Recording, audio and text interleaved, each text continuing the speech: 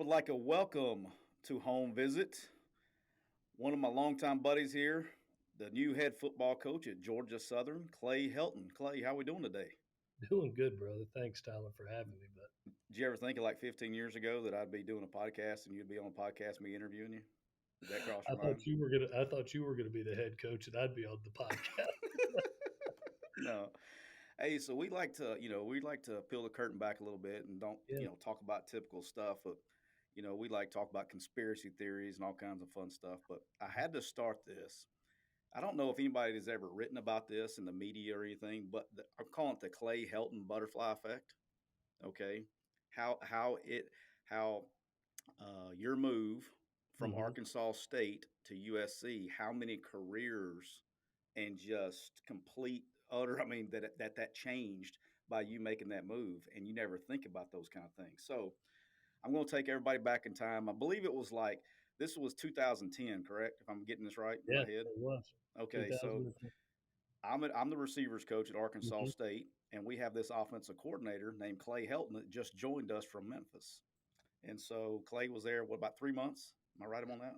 I was there 6 weeks. 6 weeks, even better. 6 weeks. And you get a phone call. We were talking about this the other day on the phone. I will never hmm forget it. We're about a week out of spring practice, and I hmm come in your office, and we were meeting or going over whatever install or something, and I come in there, and you had this look on your face, and you were hmm like, dude, I just got a call from Lane Kiffin to be the quarterbacks coach at USC. What do I do?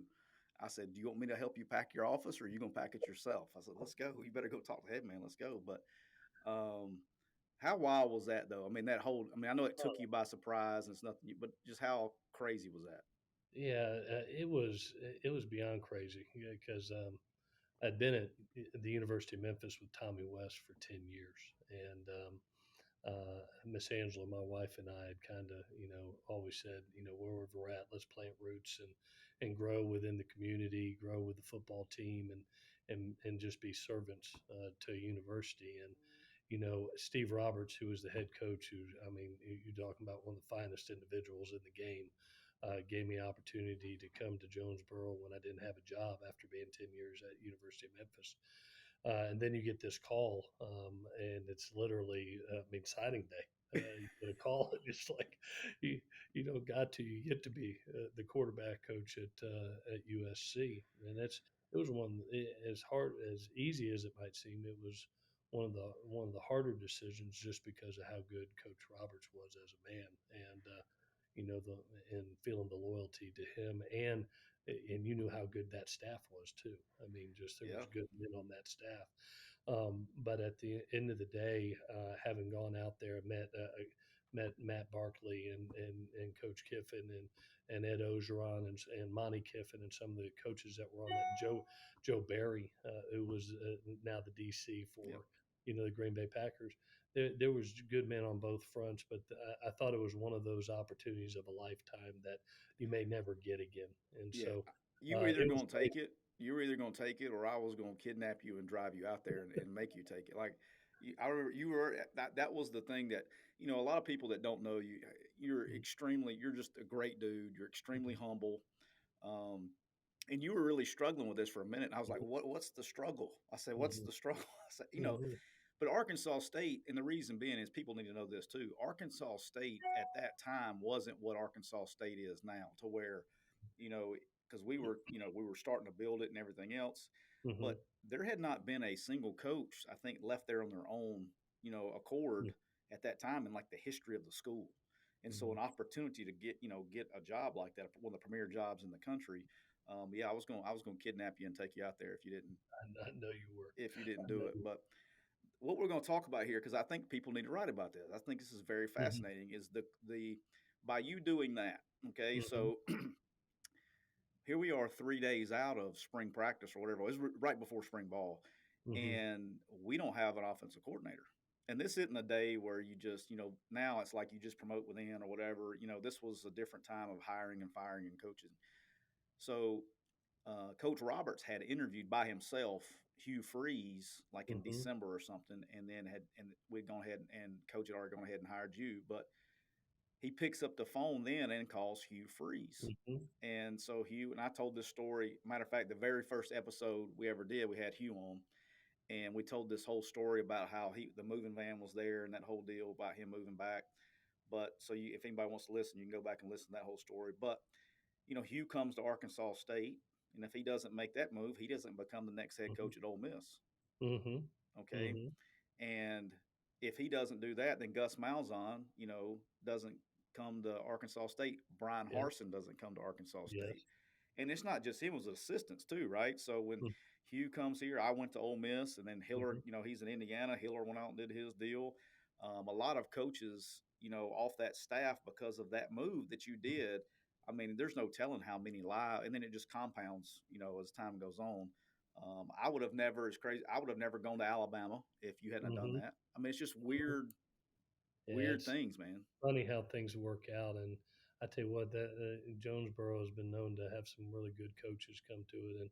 And seeing Hugh come and Gus come and Brian come, Blake Anderson Blake, after that. I mean, just there was a run of great coaches starting with Coach Roberts at that university, and it's a really cool place too. People don't realize how good of people are in that city good and in people, that town, and how much they love that university. and the best tax man that's ever lived. So, you know, until I started this business, I used him. And though that I started a business, I Mhm. have to make sure all my I's and T's are, all my Yep, I's are dotted and T's are crossed. But yeah, yep. Dudley Bowden there in Jonesboro, best tax man ever. So, but yeah, it's just awesome. I was very disappointed. I always even though I know you, I like looking up stuff to see Mhm. if I can find anything funny. I was very disappointed that your stint at Arkansas State did not show up in the Wikipedia page. People have told me that before. I tell you, it was a great 6 weeks. I mean, They ought to put every time you change jobs, but I guess they just go. Did you finish the season there? Were you yeah, part of the season? you got Frankie Jackson there. Yeah, I tell you what, I thoroughly enjoyed my time there and got to. I'll be honest, we got to know one of my now current coaches who was going to be my quarterback there, in Ryan Applin. So uh, Yeah, we're it going to talk was about it App in a little was bit. a great stint. We can't have you on here, without talking about App. So he's one of my all-time favorites. He knows that. But Did you have any last night? Yesterday, we're taping this on Monday, so Mhm. yesterday was a Super Bowl. Any players in the Super Bowl? Yeah, I had Robert Woods, who was Baller. with us when I first got to USC. Tremendous receiver. Had suffered a injury earlier in the season, but it was great to see him on the award stand last night. Getting to be a part of that. A true pros pro. One of the most fierce competitors I've ever met. One of the more disciplined practice players I've ever met. Same guy every day. Just really, really happy for him. And Les Snead is obviously we were at Auburn at one point in time together, and happy for him. He was a great supporter of us while we were at USC. Always treated us right, and Sean McVay too came and spoke at our clinic several times, and just happy for that organization. Really am. Yeah, I've known Les for a long time too, and I was pulling for the Bengals because I'm they're fun to watch, but I was also like, even though the Bengals lost, I was for Les, and then Taylor Morton and Hmm. Teddy, and then a lot of the guys in the front office that I've learned, known over the years. It's just exciting when they finally get one, So Hmm. especially with the draft style that they don't believe in drafting, so I like they just keep trading the picks and going getting dudes. I tell you what, they put the best team together in the NFL, and to see Matthew Stafford get that opportunity and to see him make that run he made, I mean, as good a clutch play over a playoff sequence that you'll ever see in the last 3 games. Yeah, he did after. All right. So what about the halftime show? Did it take you back in time a little bit? It did. To be able to see Dr. Dre and Snoop and Mary J. Blige and Kendrick Lamar and Eminem, it was fun. It was fun to watch. I know my wife enjoyed it. She's in Los Angeles right now while I'm in Statesboro. We're allowing our 18-year-old to finish graduating there, and I got a little bit of a video clip shot to me of her dancing and singing, and she is definitely the hip hop girl of the family, but I thoroughly enjoyed it. So they came on. My wife was, I don't think she watched one play of the game. Okay, and then with about 40, whatever it was, right at the last possession for my wife starts coming in there and she's like, "Hey, are you gonna sit down and watch it?" Because I was watching outside on the back patio, and she's like, "Are you gonna come in here and watch this halftime show with me?" I'm like, "So I see her, sure." So I come in there, and then so I have a 15-year-old and a 14-year-old and a 6-year-old, Hmm. and they see their mother as mother, and Yeah. she went back in time, and Oh, she knows every lyric to every song that was played yesterday, and she was 20 21 years old again, and she yeah. was and they like, who is this woman? So they had no Miss idea. So Angela, that Miss was Angela's right very there with him. that may have been the most entertaining part for me last night. I loved it. It was awesome. So all right, so you're a Southern guy like I am, Yeah. and I'll tell you about mine here in a little bit. But when you first got to LA, so when you leave Jonesboro and you got to Mhm. LA, what was your first moment when you were like, "I'm not in the South anymore"? What happened out there that you're like, I'm not in the South anymore"? Oh, remember it vividly. And just going to every restaurant and asking for sweet tea, and nobody had it anywhere. They look at you like you're crazy. Oh, no, no, no sweet tea and no grits anywhere within the state, I think. But that was the first time I was like, "Gosh, somebody!" They were like, "No, we have sugar, but we don't have sweet tea." And I Yeah, was like, they'll say they "Oh, have this sugar and sweet and low, but they don't have sweet tea. no, no." That was the first time I go, "Okay, I'm not in the South anymore." There you go. The when I can't remember where I was. I was somewhere like up north. I think I was in like New Hmm. York or something, and I asked for a sweet tea just out of habit. Oh, And yeah, they didn't like that. They don't even oh, know. when I They looked came at to me like they. Statesboro, I came to Statesboro for the first 2 or 3 weeks. I must have drank a gallon a day. I swear. I had to stop. I went about 3 weeks straight of not drinking nothing but sweet tea. I know the feeling. All right, your dad Kim Helton was a legendary coach, Hmm. still coach. I think he's up there with your brother now, right? Yeah, Yeah, well, he goes back and forth. He helped my brother out in year one when he was up there 3 years ago, and now is kind of semi-retired. He still watches every practice tape of me and brother, and then calls us. I'm just thank goodness I'm on the East Coast now. Those calls were coming at 4:30 in the morning I can imagine. when I was on the West Coast. Now at least I get them about 6:37. Yeah, I got a friend named that's a head coach now named Mike McIntyre. He likes calling me. Hmm. He'll call me. He has no idea about time zones. He gets me. So, No question. but then if I call him at 8:30 to my time p.m., Hmm. he won't answer. So, Yeah, you no know, question. but so what was the we have a lot of coaches that listen. What was Mhm. the hardest part? Because your dad was a coach as you grow up and all that, and y'all moved around a bunch. What's the hardest part to you about being a coach's kid?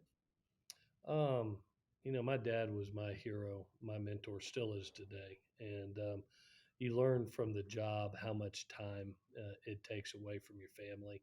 And the one thing I always appreciated about Dad is, as soon as he got off, he always came to me and my brother, and we would go hunting, we'd go fishing, we would be with him, and it wasn't the amount of time; it was really the quality of time we got with him, and he was a great example for me going into the profession. And I still remember, getting packing a U-Haul and getting ready to go to Duke University. Just married Miss Angela, and him saying, "Hey, I want you to write down your three priorities and live by them. And those are the most important. You don't have anything else, hobbies. You're not going out with the guys. What are they?" And it's been used before. I said faith, family, and in the game. And he was just a tremendous example. You wanted to be around him even more, but the Yeah, game requires so much. I got three children by birth. I got 130 other sons I've adopted that you watch after every day of your life, and it just takes time. And so, but I did learn from him the value of the quality of time that you spend with your family. So I think just wanting to be around him as often as I could. That was kind of the hardest thing. yeah. My wife would always give me a little elbow to the ribs, and she would always say, "Look, when I was getting out of check, she goes, sometimes when you're home, you're not home." Hmm. She would hit me with that one. So that's her Hmm. way of telling me to straighten up. She would. Yeah, no It's question. that's the hardest thing because you're exhausted or Yeah. whatever, and then it becomes that's Mhm. the hard again time, and it's again I agree with you. I like the way you said that. It's not about the amount of time as much as it Mhm. is the quality of Yeah. time. So I just remember Dad coming in, and he taught me the example, and just the amount of energy, when you walk into that door, how important it is that you give the same energy Yeah, to give to your kids as you do, the student athletes that we look after each and every day, yeah. and he did that on a daily basis. He really did. All right, as a kid moving around, what was your favorite place to live when you were a kid, Oh my goodness. I'd for have to whatever reason? I'd have to say when Dad was at the University of Miami, I was Okay, 10 years old, and maybe it's not the place, but the people that were there. I'm 10 years old. He's at the University of Miami, and you look at the quarterback room, and it's Jim Kelly and Vinny Testaverde and Bernie Kosar and Mark Rick and they're pretty good. Alonzo Highsmith is there, and my grandparents live right there in Miami. All my aunts and uncles, it was just being surrounded by great people. And, when you walk in a room and you see Jimmy and you see Vinny and you see Bernie and you see Coach Rick, I mean, you're like, man, these are amazing people. I want to be like them. So I think it was probably the most impressionable time for me. That not only was it good to be a great player, it was also awesome and cool to be a great person, like those men are. And to watch Dad be a part of that, he was the offensive coordinator at that time under Coach Snellenberger. It was a time where the University of Miami was right on the brink, Yeah, they 1979, were getting ready to make the 82, and run. it could have been it could have gone either way. And to watch Dad be a part of that and watch the men that kind of built that program up, it was really neat to Yeah, see. So I think the people and the experience. Plus, I like fishing in South Florida. I it guess so. doesn't. Also. Yeah, life doesn't suck down in South Florida. I can tell you that. There's always something to do. All right, so um, you got another one of my buddies on your staff now, Richard Owens, and so Hmm. I'm a foodie. You know that. I know you Yeah. remember me and you ate at every Yeah. restaurant in Jonesboro in the Yeah. over a 6 week period. Is In and Out, and to you, is In and Out Burger everything it's cracked up to be? Oh, you're gonna get me in trouble. I tell you what, it is an experience, and when you go out to the West Coast, you have to try it. You have to go, and the line is out the door. You can't be there will be 20, 30 cars waiting to get in line. It is a good burger. But when I went to high school, Dad was coaching at the Houston Oilers, and I got akin to Whataburger, Yeah. and just and so I wouldn't put over Whataburger, but it is a dang good burger. But All it right. is a dang good burger, and it is an experience that you got to try. Have you ever had Milo's? I have had Milo's. All right. Where does Milo's? Okay, because I'm a Milo's guy. Yeah, Okay, I love me some Milo's. Alabama guy. I love me some yeah, Milo's. yep. Where does Milo's stack up in your Whataburger, In and Out, and Milo's, and as far as hamburgers? Oh my goodness! For my taste, I would go probably Whataburger, Milo's, and then In and Out. Okay. All right. Well, I'm okay. That's gonna make. So, do you remember Mickey Ryan in Jonesboro that did the radio? Mm-hmm. All right. Me and him have this argument on a daily basis. He's a Whataburger guy.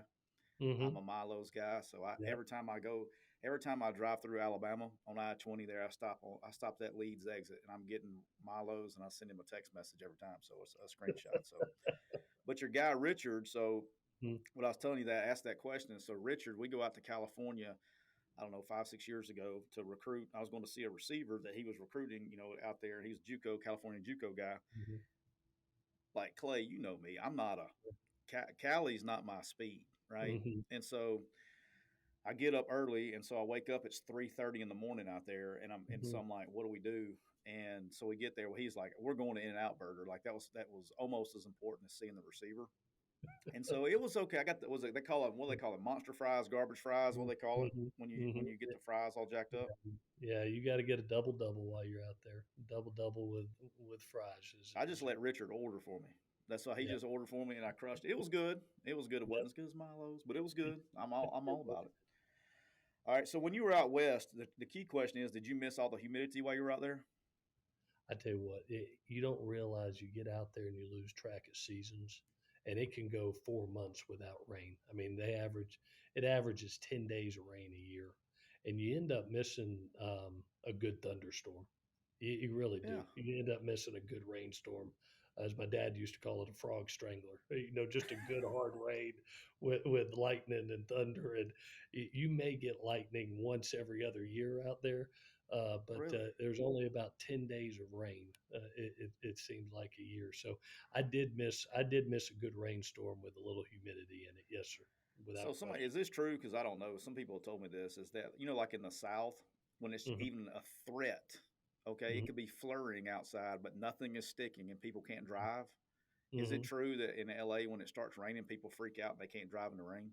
It's different. It's news out there now. If there's a rainstorm, that it's news, and it is different. It is different for them. I tell you what, they handle traffic really, really well. I mean, as good as anybody I've ever seen. But rain's a little bit different. It's not a common occurrence, so it does throw people off a little bit. I've heard that and I just thought that was Mhm. hilarious. But all right, so your brother Tyson, who is the head coach at Western Kentucky, Mhm. okay, he worked for you while you were at USC. Yeah. Okay, was it hard? Like, how was it hard separating like the brother relationship versus the boss and the employee relationship? No, honestly, it wasn't. I think a lot of it was Tyson did such a great job because it was when we came to work, he was chain of command. He really was. And then, when we stepped away, he was Uncle Tyson, and to my kids, to Miss Angela, we lived about a half mile apart, which was so special. I mean, Yeah, imagine going and win a Rose Bowl and a Pac-12 championship with your brother. yeah, It was probably the best 2 years of my 27, to be honest with you, yeah, to be able to be with him and to have those type of memories together. Something I wouldn't train for the world, but I thought he probably handled it. He was the one that really handled it terrifically because he would flip a switch when he would come in, and it was straight chain of command. And then as soon as we left work, it was dang brother to brother, and he was Uncle Tyson. So he had a great mindset about it. yeah. I've always been fascinated. The one I've been a part of, I guess, the most of relatives was Kane Womack, who's now the head coach at South Mhm. Alabama. When we were Mhm. here at Ole Miss the first time, Dave was a defensive coordinator, and Kane, and so him calling him, and we hung out, outside the building. So when Mhm. we were in the building, it was coach, and then as soon as we walked out of the building, it turned to dad, and so it Mhm. was just a unique, Yeah. I've always found that fascinating for whatever reason. All right, so I'm going to put you on the spot here. So I know you may end up giving me, this is maybe the one political answer you give me the whole time that we're doing this. So I kind of am expecting it. So Yeah. you really are. You're known as one of the best quarterback coaches and developers out there in the business, Mhm. and the proof is in the pudding. Mhm. You've left USC and now everybody wants your quarterbacks. So I think you Mhm. get you had I guess like you just keep stacking them. I don't know if you have them in a closet put away, but it seems like every time you go through an injury or something like, "Yep, that's it. Well, here comes the next guy and the next guy and the next guy." So, who is of all your time, okay, all your time, who's the best one you've ever coached? Oh my goodness. Oh, you're crushing me Well, with I told love. you I was putting this was going to be the political answer you gave me. I set you up. I Um, teed it up for you. well, I tell you what, I've always believed quarterback's job is to raise his team lift his team up as high as possible. Sometimes that equals championships. Sometimes they just take them as far as that team it could possibly go. For me, I got the unique honor of coaching Sam Darnold, and I watched him, be hurt his junior year of his high school year. He was in high school; it's his junior year, and he's on a team that I think won two games as a team that year in football, about four games in basketball. And he was the point guard of that. Was supposed to be the point guard of that basketball team.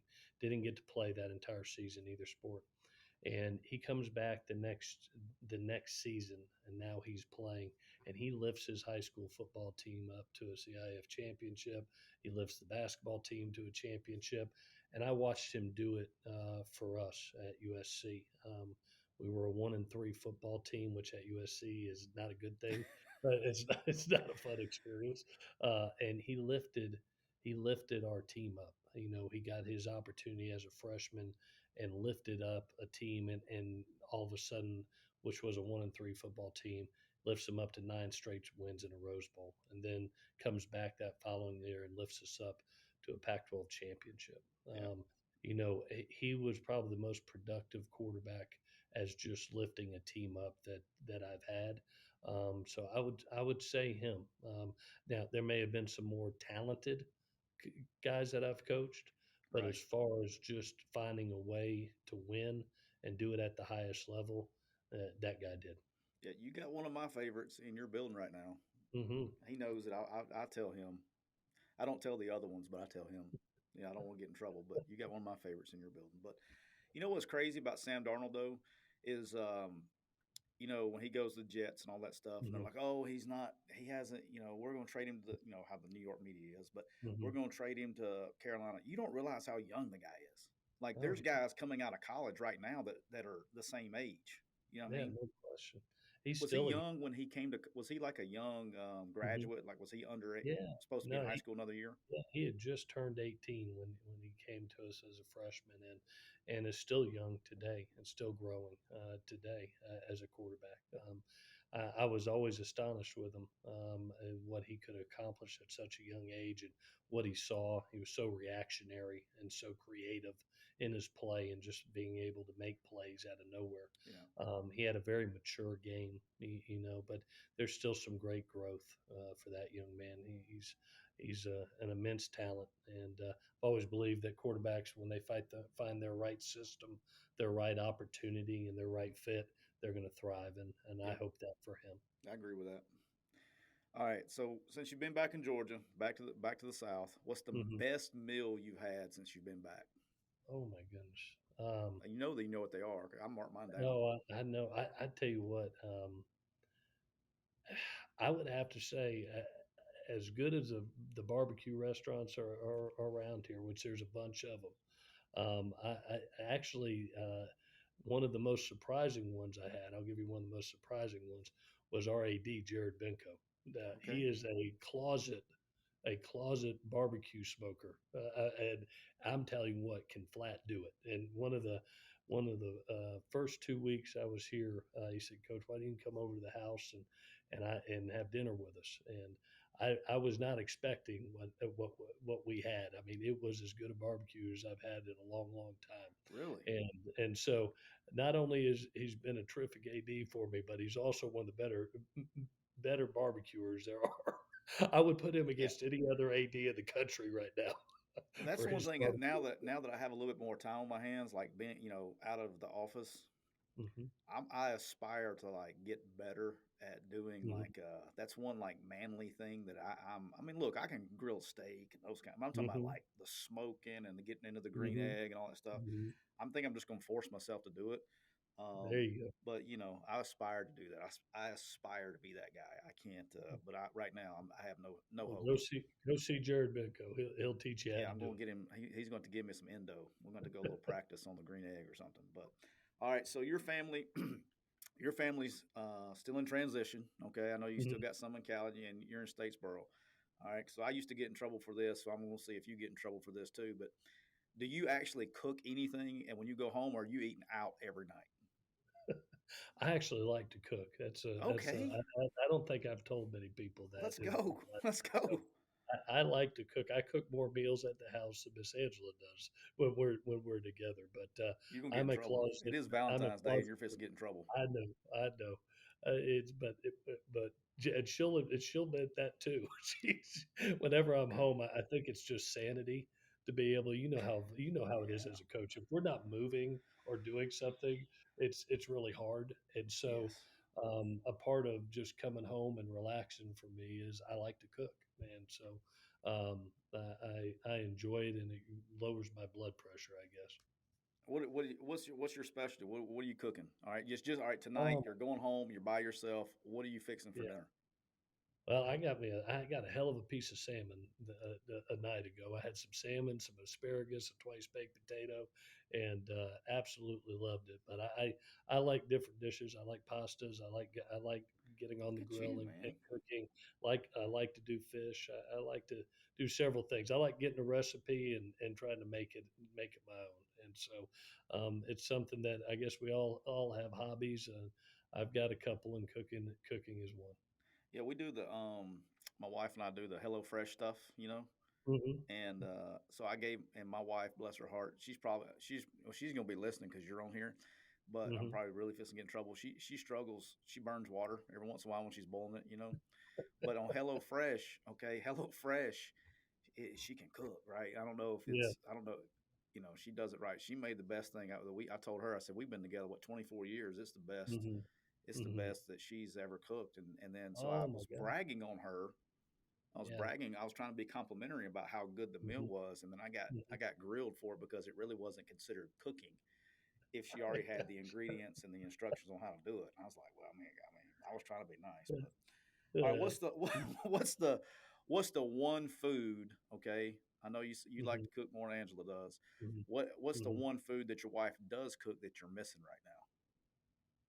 Oh, well, I growing up in Florida, I love seafood. I love Yeah, fish, and she does a blackened fish that with rice, black beans, pico de gallo, little lime. golly, That man. I just every time she makes it, I just she tells me I'm like a Labrador puppy. I just eat it until everything's gone in the house.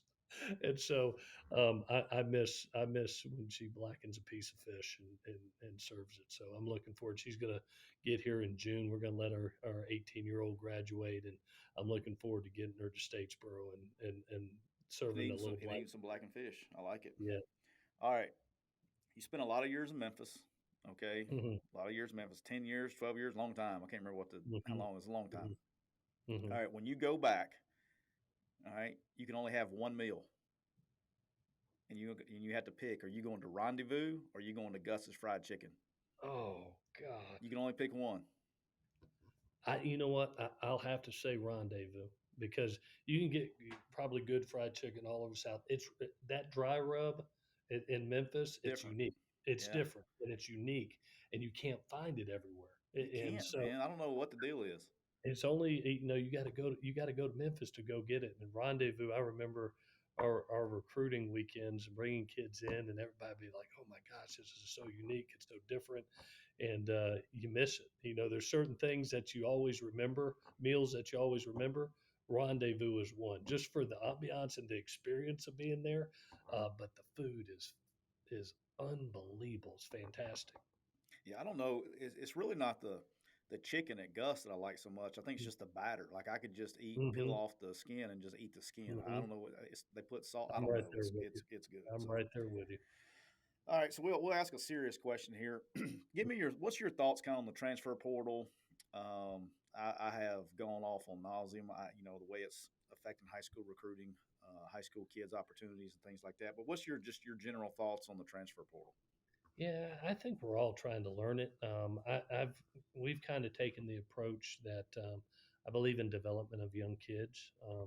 So when you look, we've signed 26 kids thus far, and 22 of the kids are high school football players. And so we've taken four transfer portal kids out of 26, and I always go back to we talked about Les Snead earlier, and I always remember when Los Angeles when they first came to LA, they have a playoff team. Les comes in, Sean comes in. They create a playoff team that was really a good team. And I remember that off season, Les goes out and he gets basically three transfers of his own. He gets Adamakin Sue, he gets Marcus Peters, and he gets Talib. And now all of a sudden that playoff team went to a Super Bowl team. And you look at it this year, all of a sudden they make two or three, four changes within their personnel that all of a sudden gets them back to the Super Bowl and they win the Super Bowl. Matthew Stafford, is one of those guys. They bring in, Von you Miller. know, yeah, they bring in Vaughn. They bring in Odell, and so he made some changes that really made them the best possible team. So I don't think we're going to ever take the approach. Oh, we're going to go sign 20 transfer portal kids. I think there's two different philosophies. Yeah. What we've done is we've selected four guys that we really felt helped us make the best team for next year. We lose a CJ Wright to the NFL, and so we go out and we sign a Christian Varner as a defensive tackle from North Carolina. and be able to help that position. I think that's how we're going to use it. I've seen other teams do that. I hope that we always focus on the development of kids and Yeah. see this as a possible kind of free agent market rather than, oh, that's let's go ahead and sign half our class be transfer kids. I know that's the way we're going to approach it. There's too much talent in the state of Georgia, to be honest with you, and especially in the rural areas. They're just, I mean, there's just such Yeah, great athletes. you are surrounded by it. Oh my gosh, it's such a great recruiting base that we're going to lean just like we did this year. 26 kid, 22 are high school, 19 of the 22 are from Georgia, and then we took 4 transfers that we thought were really good fits for us going into next year. Yeah. That's just my. I wish they, and I don't know. I mean, I have my ideas and all that stuff, but what the problem that I guess it bothers me the most is you're looking at the number of kids that are actually signing out of high school and the amount of opportunities that it's taken Mhm. away. And you remember back in the day, Yeah. it was the two major problems is so fans that don't understand what we're talking about can kind of Mhm. I'm gonna give them the Cliff Notes version of it, but Mhm. back in the day we had 25 spots. Okay, Mhm. it was hard enough for us to stay at 85 scholarships, signing 25 high school kids a year, okay, Mhm. over a 5 year period. Yeah. So you had, over a 5 year period, you're signing 125 kids, and it's very Mhm. difficult to stay at 85 doing it that way. Mhm. And Mhm. now by taking the portal kids, it's going to be very difficult to maintain the 85, right? That's problem one. But problem two is when you're looking at, like we, COVID, when COVID hit, the amount Mhm. of high school players that missed out Mhm. on college because of that.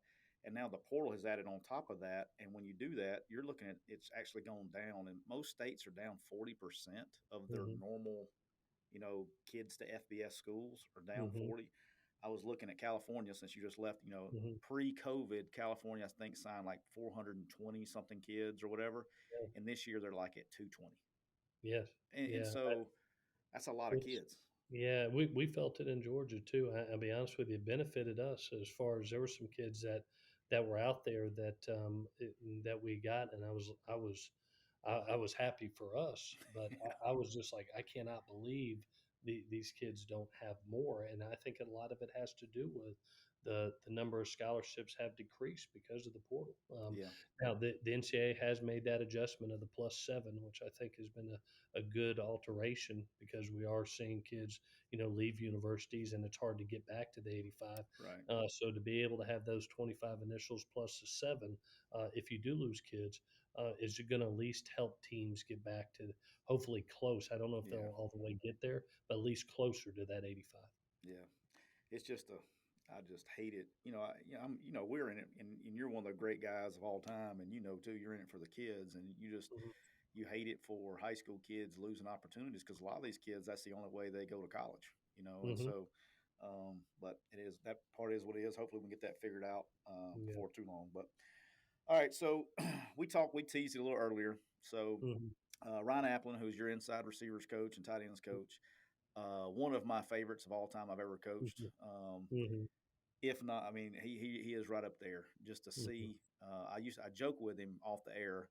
I said that Hugh Freeze and Gus Malzahn owe him 3% of their contracts moving forward because Hugh doesn't get the job at Ole Miss and Gus doesn't get the Yeah. job at Auburn if it wasn't Yeah. for Ryan Applin, Mhm. who won Player of the Year 2 years in a row. Mhm.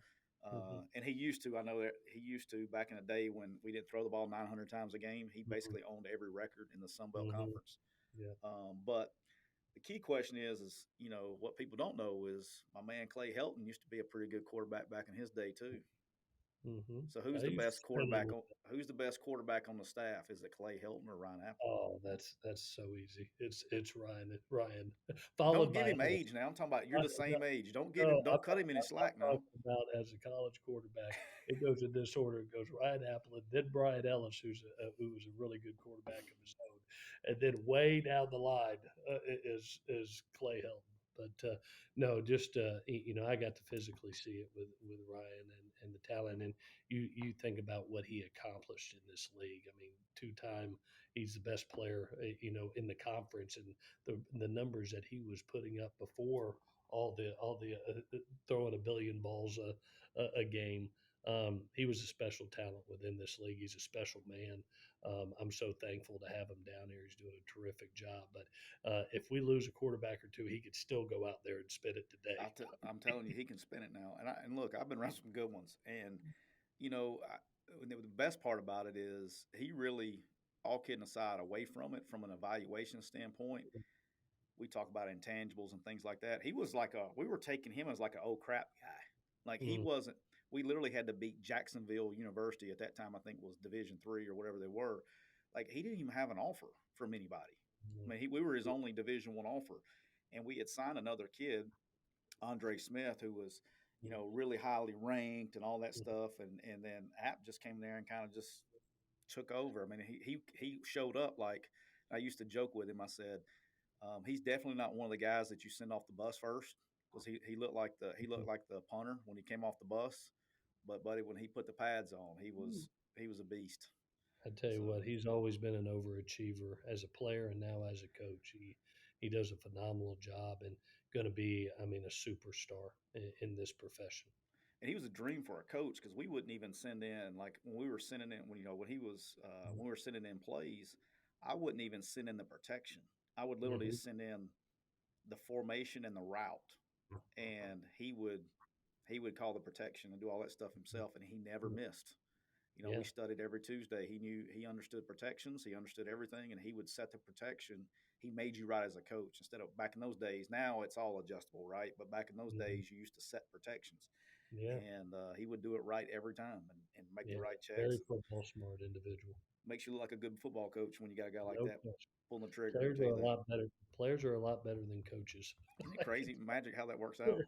Players win a lot more games. All right, I got something.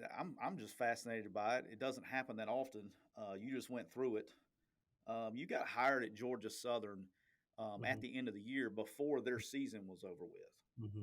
So can you talk a little bit about like the transition? Like so when Yeah. you get the job and kind of what do you do? Because they're still playing games. I mean, I don't know Hmm. have they had a few games left. I don't know how many it was, but Yeah. so kind of what was your day to day? What was your transition like? Yeah, I thought it was one of the more bold and proactive, progressive moves that I've seen in a long time that Jared did, Benko, our athletic director. He made a decision on the direction he wanted to go. We were able to get in here, oh my God, November 1st, and really have 3 weeks with the current football team to be able to evaluate both players, staff, do basically have 40 days worth of recruiting to be able to sign a class. And it was so important. And I credit the past staff because they were so professional about it. Welcomed me, understood the situation. We broke the ice immediately and saying this obviously a different situation here. However, we can help each other. Want to do that. I remember it being in that situation with Coach Sarkeesian. When at Yeah. USC when he became the head coach, and I'm the interim head coach at USC. And I just, as I reminded everybody on this staff, just remember why we all got into it. We got into it for the kids, and they only get one college experience as coaches.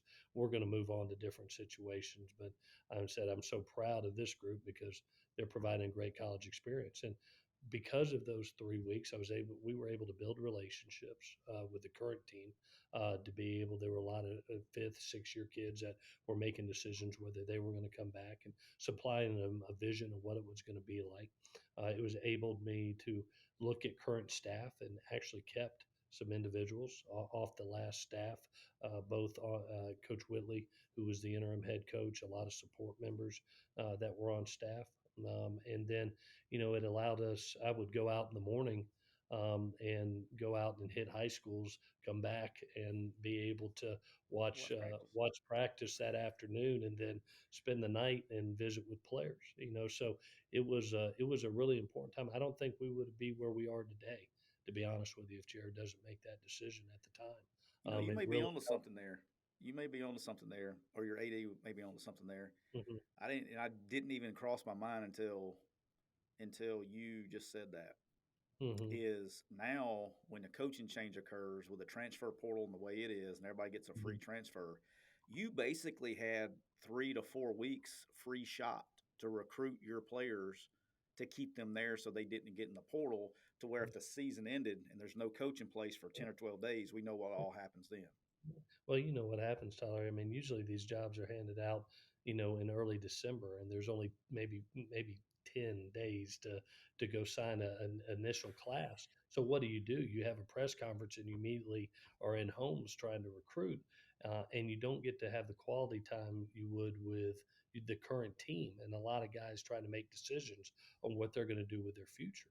And to be able to have, I've always thought the greatest gift you can give somebody is your time, and to be able to have that time to be able to sit down with guys and allow them to process who you are, what you're about, what your vision is, and give them clarity and transparency. It at least allows them to make the best decision for themselves. So I thought that was a big piece of now sitting here basically 90 days into this job now. I don't think we'd be in the same place, to be Yeah, honest with you, if I I'm not here agree. in early November. That's that. I never even thought about that until it just when you were talking about that, it hit me. That's something interesting. All right, so your son is going to Western Kentucky to play with your brother. Okay, so the key question is, let's say your son starts playing. Okay, where's Mhm. Miss Angela going to be? Is she going to be in Statesboro? Or is she going to be in Bowling Green? Who's winning out? You or the son? I I can promise you this: she'll be at every home game, and she'll probably go see her son as often as she can. I'll lose out a couple times there. There's no question. She's already told him that, hey, you know what? We always support who's got the roof over our heads, and so she'll be wearing blue and white. But if we ever have a bye week, I can promise you, I'm not seeing her that week. Yeah, She's she's going. gone. She's Well, gone. it probably it helps too that your brother's there. So she got a little No, no question. got And some April and Uncle sponge there. Tyson and all the cousins. Well, yeah, she's going to be up there often. Yeah, he has no chance with the uncles and cousins and everything else there. He can't get out of line in Bowling Green. They'll No, be you they'll be can't. on him. All right, so have you got a new house yet? Have you bought a house or y'all still looking? But we're hopefully getting one finalized here soon. Now, do you have anything to do with that or you completely stay out of it? That's the key question. No, I've had a little bit to do. I'm just as long as it's got a roof and Miss Angela's under it, I'm good. Yeah. But I have with the situation we're in, that I have been involved a little bit more. The one at USC was when we first went to USC, there was so limited inventory and it would go so fast that we went out there to rent a house and I had to pick the house. Oh, And I was just praying to God that I got it right. And thank God I did. But that was a scary. She's picked basically every house for us. But that one at USC, that was a scary one because I had to pick it because we just ran out of time. yeah. I got in trouble. I've done it once. We've Hmm. moved 10 times. I got in trouble for picking the one in Jonesboro, actually. Okay, Mm, because I picked what I liked, and hmm. I'm a guy, and the Hmm. kitchen wasn't up to my wife's requirements. So I heard about that every day for 4 years, and then when we resold it, it was my fault. Oh my gosh. So yeah, I got. So I don't mess with them. I really Yeah. don't mess with them. I literally say, look, give me an address, and as long as I got a bed and a TV, I'm good. I So I live don't. by one rule. I live by one rule that's kept me employed and married for 26 years. If mama's happy, everybody's happy. So just Everybody's make sure happy. she's happy. It doesn't matter. Everybody's happy. Mhm. All right. So if you here's the key question. So if you let's say we got January comes up, we've had a good year. All right. Western Kentucky's had a great year. All right. It's you and Tyson against each other Mm, in a bowl game. And let's say it's mhm, like January 1. Okay, a mhm. January bowl game. What's the conversation like at Christmas dinner? Oh my God. Is my son there or is he not there? He's not there. We're He's going. not Yeah, there. we're Okay. going There'll be a lot less trash talking then. a lot less trash talking. Me and my youngest, we trash talk each other, but there'd be a little trash talking between the two of us. We've competed a couple times against each other. The one that has it the worst is my mom. But she cannot. She prays to Yeah, God every night that we never that have to doesn't compete. happen. Yeah, her favorite couple years is when we actually worked together. I bet. But Yeah. there'd be a little trash talking there. If my son's included, then there's a lot of trash talking. Now, would Dad put a stop to it? Would Kim just say that's enough? He'd probably jump right in. We're a very competitive family. That'd be great. All right, last thing I want to ask you about before we close it up, and we're going back. We'll go back to a serious question here, and I'm kind of curious on your thoughts because I know Mhm. you've been at every level. You know, I appreciate that because a lot of guys have never even been in the group of five or whatever, and then never been in the Power Five or whatever. What's your opinion on like playoff expansion? Do you have a opinion on it?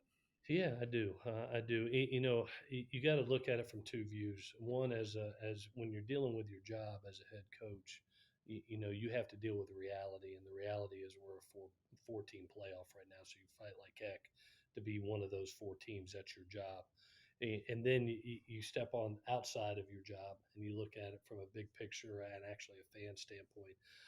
I look forward personally. I think there'll be a discussion at some point in time, and I do think at some point in time there'll be expansion and they'll go to 8 or 12 teams, and I think it's going to be great for the game. I really do. I think it'll be so entertaining, so competitive, and to see some of the matchups that can come about from it, I think would be extremely intriguing. I mean, we see how fast group of five schools are growing and becoming extremely powerful. You look at, I think of Cincinnati, Central Florida, Memphis, when Mike was there, really great football teams that you'd love to be able to see in there. I think of our own league in the Sun Belt, and That league's there's changed. You came back, and that league was some war daddies. I'm going to tell you what, the league is so dang strong, and so I think it would be really exciting, and obviously the best team is going to rise to the top, but Right. I think for the college football fan and college football in general, it would be neat to be able at one day to be able to expand it to 8 to 12 teams, and I think it would provide some great intrigue, some great excitement, some great discussion, and Yeah. No, and there is. I I wanted look. to expand. I wanted to expand. I've always said 16. I mean, Mhm. if we're having 12, that's four Mhm, rounds anyway. mhm, And then you remember, like in the old FCS days, where every single league, the winner got mhm, a spot. mhm, mhm. Like, how awesome would it be? It didn't matter what league you were in, knowing that Mm, if you won your league, yeah. which is the goal of everybody, right? I mean, every Mhm, league, every school on your goal board is to win the yeah. conference Mhm. to get in.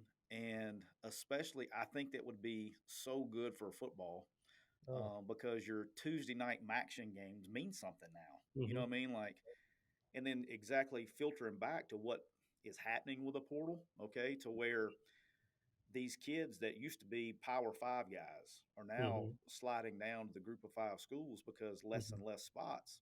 mhm. There's going to be better football, Oh, no and question. you're going to be able to pop some people. And if you Mhm, go and win your league, mhm. and then the other thing is it gives everybody hope, man. If you're a coach, you know that if you, once you take somebody's hope away, you've taken away everything. Well, I think it would be tremendously exciting. I think kids would love it. I think the college fan base would love it, and hopefully we'll get to that. I think we will one day. I really do. We're driven by TV and the almighty dollar, and you watch those NFL playoffs and how exciting the last couple of weeks have been with having that playoff run. I truly believe at some point in time college football will get there. I do too. Well, Clay, I've kept you long enough, brother. I appreciate the hell out of you. I think you're one of the, I hate that I only got to spend a short period of my career with you. But I'm so excited for your success. I'm glad you back home. I call South home. Glad you back home on the right coast instead of the left coast.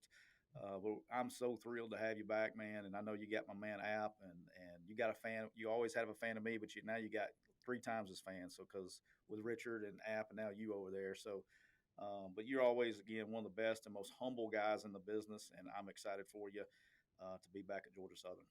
Appreciate it, Tyler. Appreciate you, brother. Been great being on and seeing you.